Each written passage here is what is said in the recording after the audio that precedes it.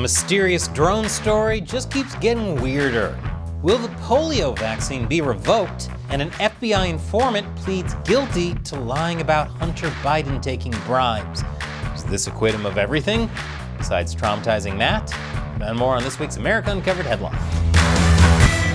Welcome to America Uncovered. I'm Chris Chappell. Look!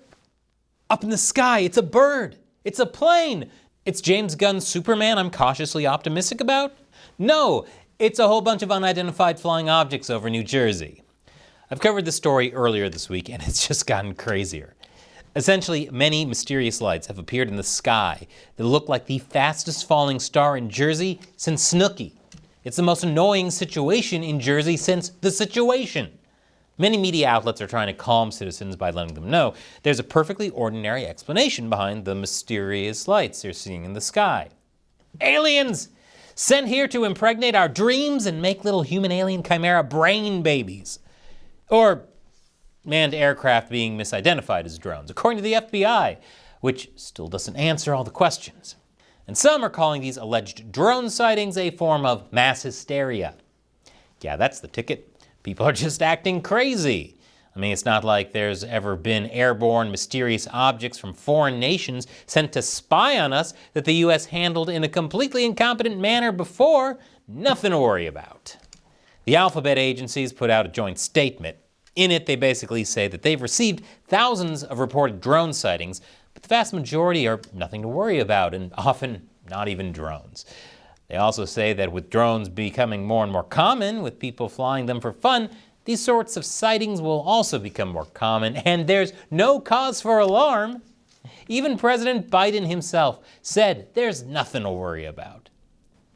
Well, I feel better, and I'm sure most Americans will buy that explanation. The government would never lie to its citizens.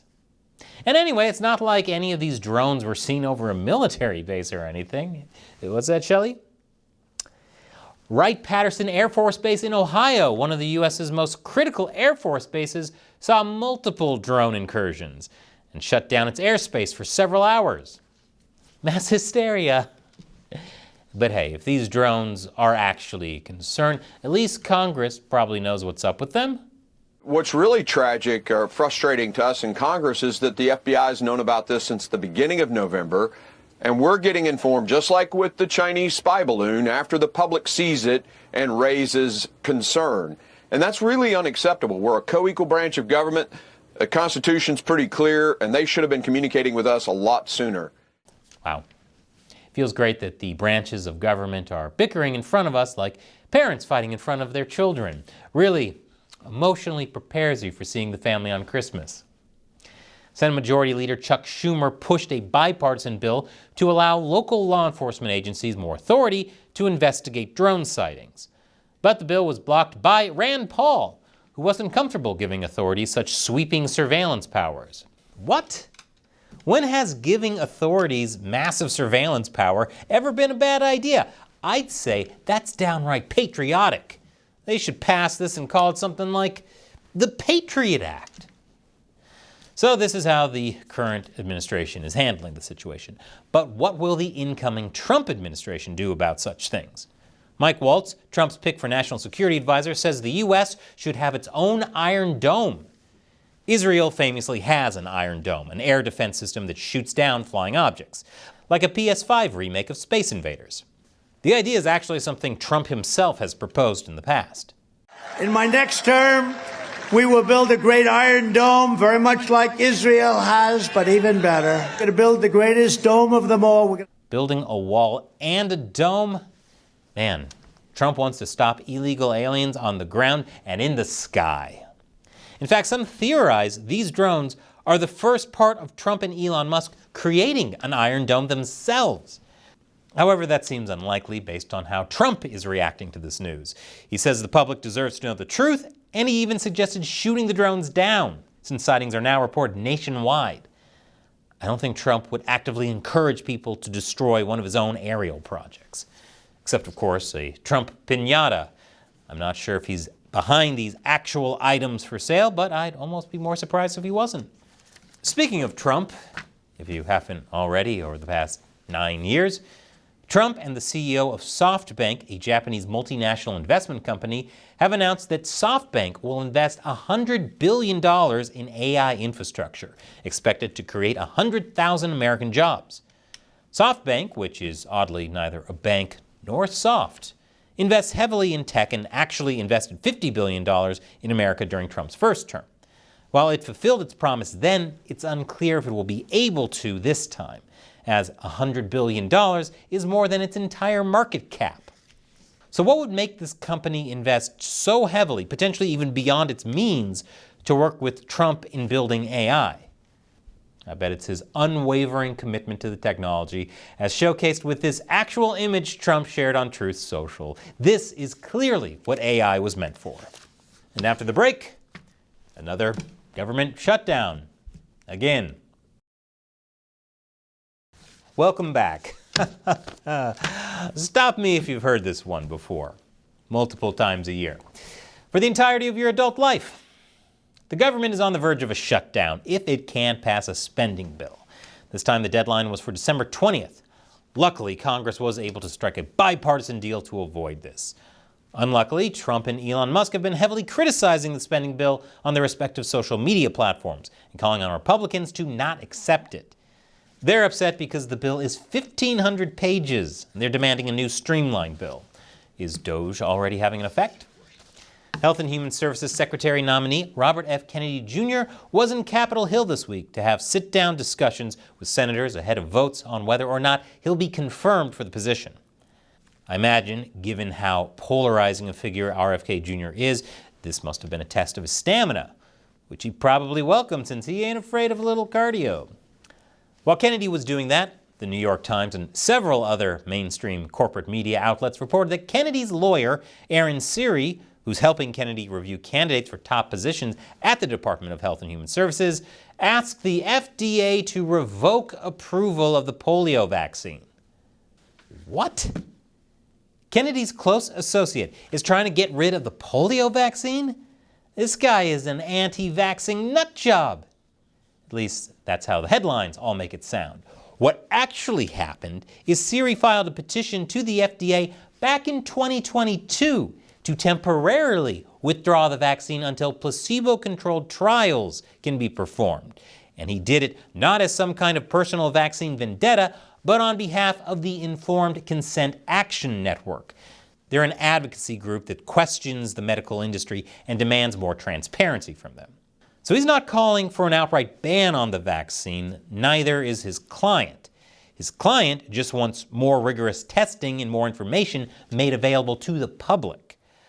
While the shot version of the polio vaccine is the only one administered in America, the oral version has a rare side effect of causing polio.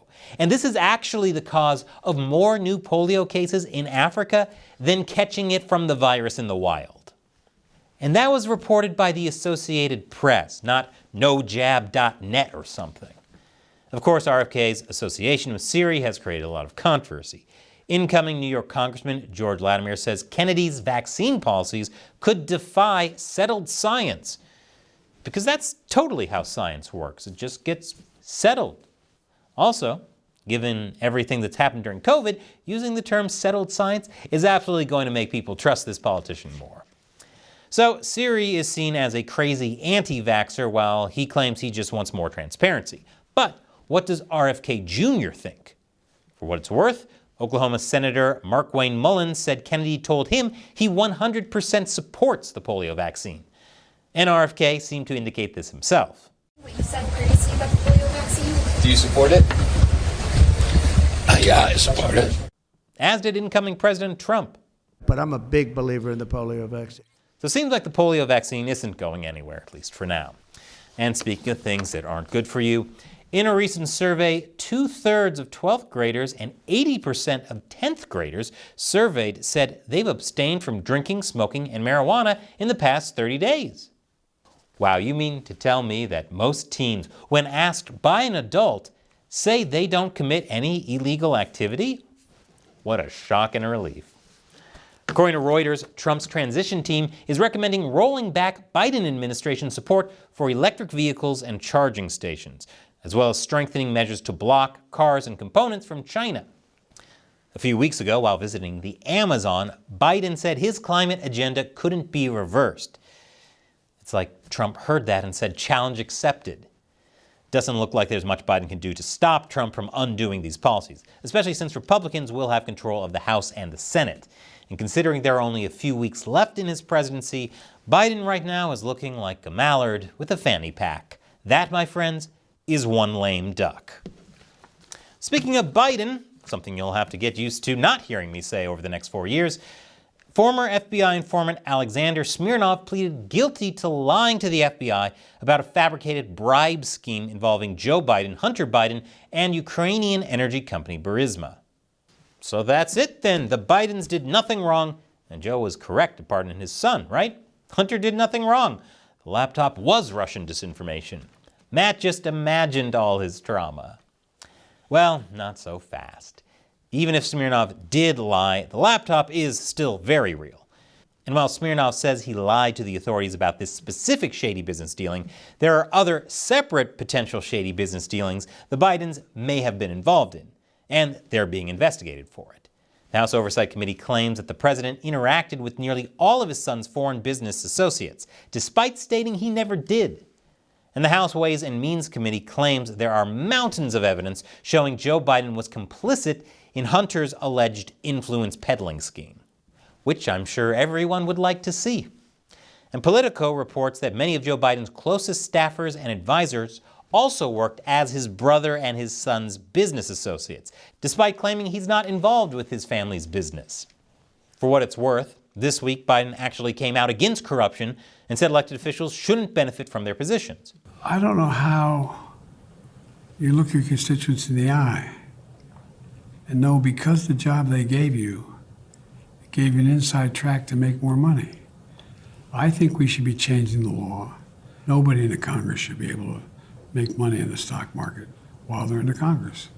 Well, it's nice to see Biden finally speak up on this topic and stick to his principles. Either that or this was one final middle finger to Nancy Pelosi. Either way, principles. So it appears that just because the Bidens have been exonerated from this one accusation, it doesn't mean they're innocent of potential other shady dealings. Or guilty, for that matter. Nothing has been proven concretely yet. So even with Smirnov pleading guilty, the investigations could be ongoing. For the Bidens, this remains a more obnoxious situation than this one.